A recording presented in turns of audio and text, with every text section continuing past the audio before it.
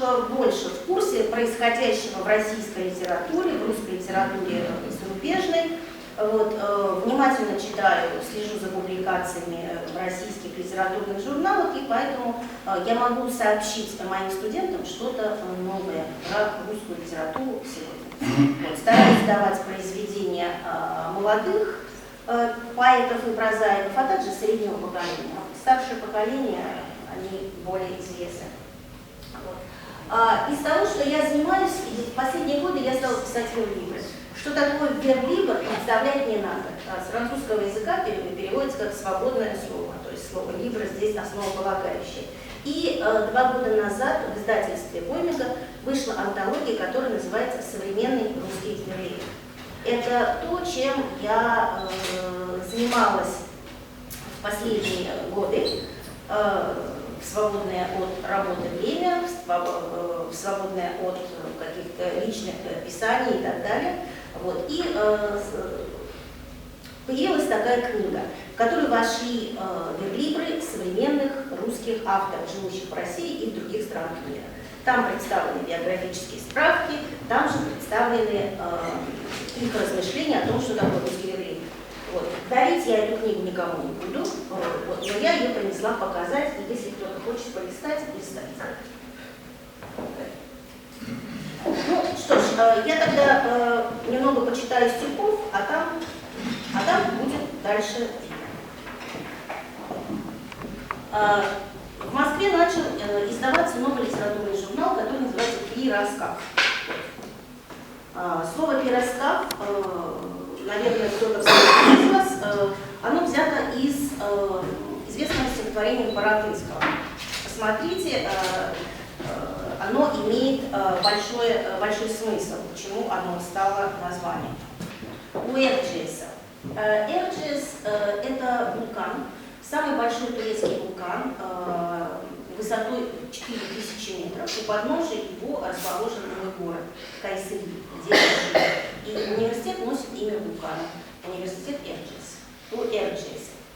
Целоваться лучше на фоне гор, чтобы стать занимательной частью высокогорного пейзажа, на радость богам, предпочтительней окрестности вулкана Эрджиес. Плакать лучше возле воды. Печаль будет соскальзывать в непроницаемую глубину. Так можно выжить. Плакать лучше в сумерках, гражданских сумерках. Утешаться лучше у окна, выходящего в ночь. Нужно сильно прижиматься лбом к холодному стеклу. Глаза закрывать рекомендуется.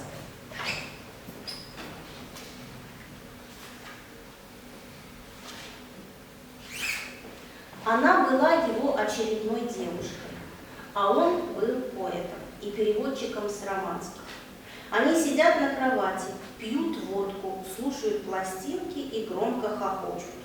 Кругом разбросаны одежды и книжки, а в дальнем углу ведро, куда летят окурки от сигарет.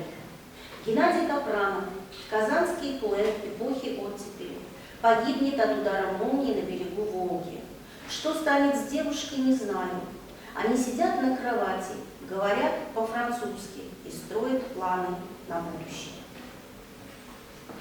400 метров с барьером.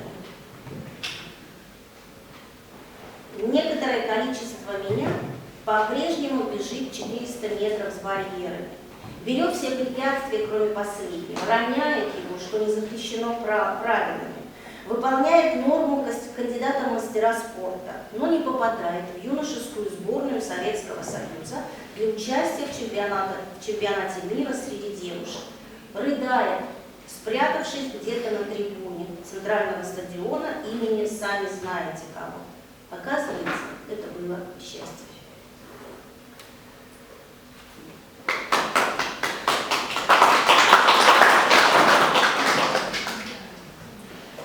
Патологоанатом Ася. Сказать? Она здесь присутствует. Она любит разноцветные гвоздики и старую казань. Она предпочитает льняную одежду и серебряные украшения. Она не может забыть своего мужа, который недавно умер, и носит обручальное кольцо. Кажется, она очень верит в Бога и любит завтракать в кафе «Гурме». Она моя подруга, и я почти ничего не знаю о ее работе. Анкара.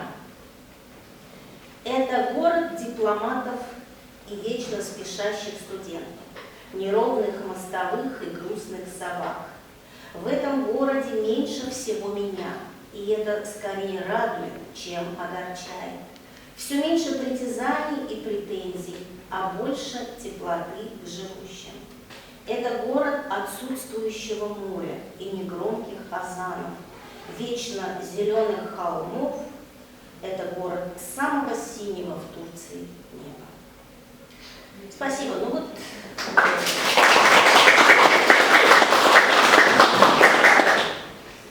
Если так говорить, формально, наверное, вот первый блок я прочитала. И, поскольку я сама столько вела вечеров и организовывала фестивали, что вот Каиль и Сияр доверили мне самой туда главенствовать, вести. Вот. На вечерах часто выступают именитые гости, которые рассказывают о том, как хороша поэзия выступающих. Вот я хочу дать слово Хатипу Минигулу.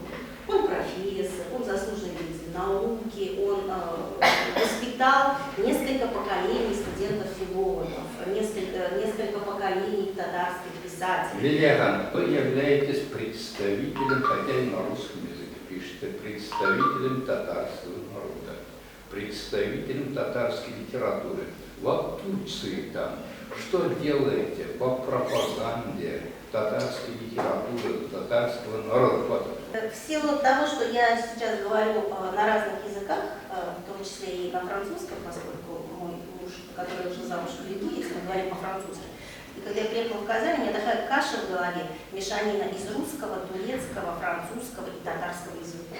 То есть мне приходится как-то вот сепарировать все эти языки. Непросто, но надеюсь, они все уляжутся. Во-первых, все знают, что мои студенты и мои коллеги, что я из Татарстана, что я из Казани. Вот. И я сама всегда подчеркиваю, вот когда писали в Википедии, спросили, что написать, ты какой поэт? Я говорю, напишите русский поэт татарского происхождения. Это очень важно. И хотя я недавно поменяла фамилию, стала Лилия Жанти, точнее даже доктор Жанти, я так известна моим студентам, как поэт я, естественно, остаюсь и буду оставаться Лилия Газизова. То есть я не собираюсь отказываться ни от своего прошлого, ни от своих, так сказать, корней, ни от своих пап и мамы. Это важно, это моя жизнь, это моя история. Все это так очевидно, даже объяснять не буду, чтобы вот какие-то примитивные вещи не повторять. Вы же прекрасно все понимаете, собственно, вы и находитесь здесь по той причине, что, наверное, вы прекрасно понимаете все эти понятия, осознаете и близки мне по духу. Жанти. Жанти. Жанти.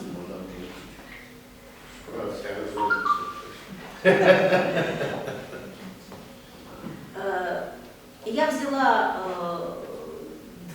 две книги, которые, кстати, мы с тобой делали.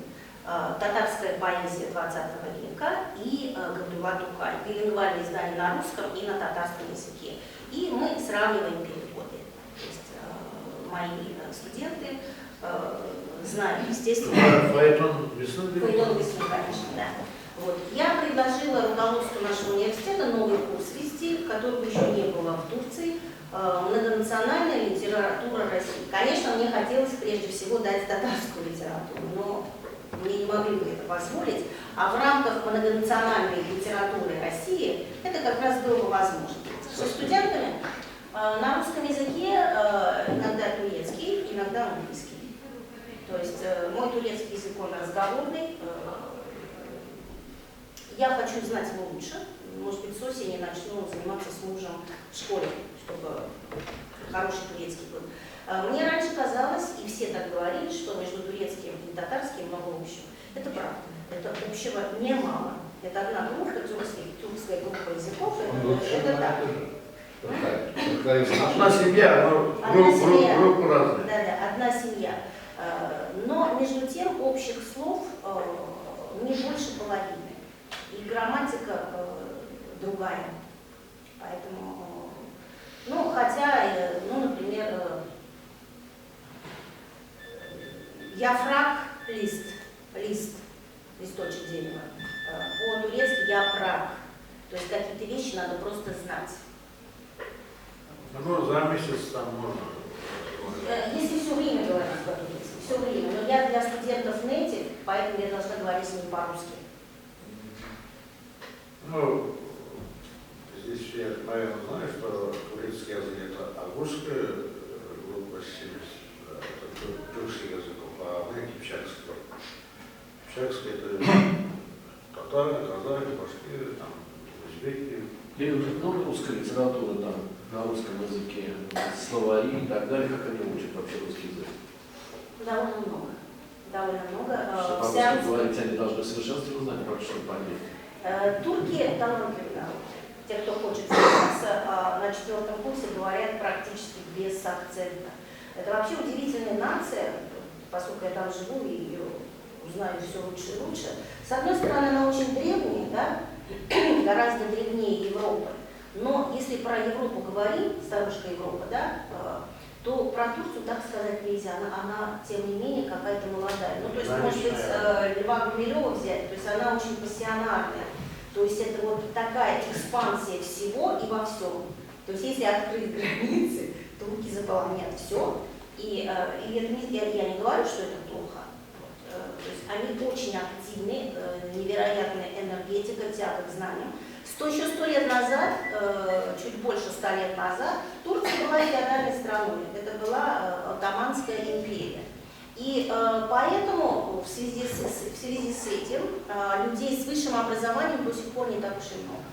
Строят университеты. Вот мой университет, он молодой, ему всего 25 лет. Вот. Да, очень большой кампус. У каждого факультета свое здание. Я живу в кампусе, там коттеджи трехэтажные, живу на 1-м этаже. Вот. Среди моих студентов 90, если не больше процентов, получают высшее образование первые в семье. То есть, если говорить об общей культуре и так далее, то, конечно, мне приходится рассказывать очень много. В их школах не принято учить наизусть стихи. Не знаю, хорошо это или плохо, наверное, лучше бы учили. Вот. И я мотивирую своих студентов, говорю, что если они раздают стихи, ну, допустим, Пушкина, если это 19 век, или современных поэтов, если заученное наизусть стихотворение и хорошо прочитанное, добавляет 5 баллов на экзамен. На экзамене экзаменационный балл составляет максимум 100 баллов. Вот. От 85 до 100 баллов это отлично считается. То есть стараюсь мотивировать вот таким образом. И приходится рассказывать о всяких культурных кодах. Ну вот такой пример, он, наверное, чисто русский такой. В Москве есть поэт Александр Переверзев, вот как раз издатель журнала, известный московский поэт. Вот. И я раздала студентам дюжину стихотворений современных поэтов для анализа.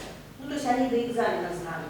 Вот. В одном стихотворении говорилось следующее. Дед просил маму, не называй их человечьими именами. Лучше называй их Зорькой, Лебедой и так далее. Да? Вот. О чем идет речь? Да, чтобы не называть коров, домашних животных человеческими именами. Вот. Слово «животное» или «скот» отсутствует. И вот одна студентка пишет. В этом стихотворении дед просит маму главного лирического героя не называть своих детей и близких человеческими именами, а называть их Зарей и так далее. И это защитит их в будущем от напасти, от сглазу. То есть вот такое прочтение. Но оно тоже имеет право на жизнь, но она просто его не поняла, потому что она не знала слова «зорька», да? То есть слово «зорька» — это имя коровы для нас. То есть, возможно, она использовала Google переводчик и получилась «заря». Лилия, как и в первую очередь Обратите внимание, у нас в литературу приходят выпускники филологических, гуманитарных факультетов, учебных заведений, а она уже своеобразная, она в мединститут училась. Она еще иногда Лилия Гусева. Закончила детским врачом, по-моему, несколько лет работала, и потом литературный институт московский. И вот у нее это две специальности, этим он отличается. И во-вторых, она уже по натуре, холковая, по характеру, она своеобразная. Она своеобразная. И мыслить как-то по-своему. И вот эта личность, как его личность, своеобразная ее личности, это отражается и в его стихах. Обратите внимание, у нее ваш первый арабский, еще черный жизнь, поэм, беременности и названия какие-то. И в этих вот стихах они привлекали внимание читателей, широкого круга читателей, аудиторию. И она имела успех. И, во-первых, как поэтесса. Я помню, где-то в какой-то книге есть предисловие Рауиля Файзуллина, народный поэт. Он, между прочим, высоко оценивает. Я, говорю, очень уважаю ее за поэтический талант. Поэтический талант. Это не только вот он, и еще другие. И во-вторых, еще в-третьих, Лилия, она не только вот поэтесса, сама пишет, и она это переводчик. Владеет татарским языком. Ну, мы критиковали уже ее. Давай хорошо учиться. Она в молодости, в детстве хорошо знала. Особенно вот у меня по рассказу вот Аби, Буинской, там, в деревне у бабушки там, она хорошо владела. И вот владеет татарским языком, еще переводит. Она как пропагандист. Я вот знаю многие вот современные, и там второй половины 19-20 века, стихотворения их переведены на русский язык. Между прочим, перевод татарских авторов на русский язык это очень трудно. Ondan aytalar bilgiler. Mesela nide Rus'ta bizim Tatar'da zifallıkını, sıvılıkını birerler diye sülük kırık. Onun sülük kırık буяры. А попробуйте на русском языке перевод делать, как пявка. Покажут тебе. Вот она владеет этими деталями, очень интересно. И, между прочим, ее переводы, они не просто переводы, вот творческие вот это. Как будто половину вот раньше средние века перевода как такового не было. А там уже вот переводили, она как-то в этом отношении продолжает традиции средневековой поэзии, средневековой литературы, в этом отношении. И, между прочим, она вот очень много делала. Как время катится в Казани золотой. Огромная антология поэзии последних десятилетий. Тогда русскоязычные поэзии, так и так. Да, с 1940 года. Еще многие. Еще у нее книга, начиная там с поэтов 30-х годов, и Канся, и Хакай Зайдулла, и Ильсьяр, и еще многие представили ее в переводе. Современная татарская проза, современная татарская поэзия, она была уже основной вот это организатор, инициатор составления, перевода и издания этих книг. И, между прочим, Лилия, она общественница. Она вот активно участвовала и в студентские годы, и потом среди населения. Организовала фестивали, семинары, вот Светаевские, Елабуга. Еще здесь в Казани, вот в университете, там, Лобачевского, еще многие. Я принимал участие, приходить и на некоторые мероприятия поступать. Еще по радио, по телевидению, еще вот сейчас в настоящее время у нас как настоящий праздник традиционного Державина. Она ведь это начинала. Между прочим, и здесь, и в Лаише большие конференции. Поэтому вот Лилия, она очень много труда туда вложили развитие литературы, культуры Татарстана. Не только Татарстана, и по всей России. Она часто выступала периодически в печати Москвы и в других городах на русском языке и еще на других. И ее стихотворения, ее произведения переведены на многие языки. Я знаю, я вот в Москву приходил, какой-то на вечер был социализм, по-моему, в Доме литераторов. Я был удивлен, что там московские много поэты, еще писатели знают, занимаются штабом, вот сейчас Турция работает. Я не предполагал. Она уже по воспитанию, татарские воспитания, русские, еще западноевропейские, и вдруг она попала в Турцию. Ну, Турцию я более-менее знаю, хотя разговорного языка у меня не получается. Я был там около 30 раз в Турции. И в Стамбуле, и Анкаре, и еще в других городах. Я когда еду туда, нахожусь в Турции, более-менее разговариваю. Когда уже возвращаюсь, у меня уже аэропорты все исчезают. Знание языка, турецкого и всех других языков, у меня способностей нет. И вот там работает. И, между прочим, интерес. Я спрашиваю через других, как она работает в нашей лиге. Хорошо отзывается, что она вот старается. И вот приехала сюда, вот организовала вечер здесь. Между прочим, это не любой. Там у нас многие работают. Ну, из них очень редко организуют такие встречи. А вот Лилия организовала. В прошлом году, в июне месяце, по-моему, она защитила кандидатскую диссертацию по лирике Тукая. Перевода лирика Тукая на русский язык. Я за нее уже беспокоился. Все-таки наука, творчество, перевода, а наука. Я почти 20 лет членом диссертационного совета, 10 лет был секретарем, заместителем председателя, знаю, что это такое.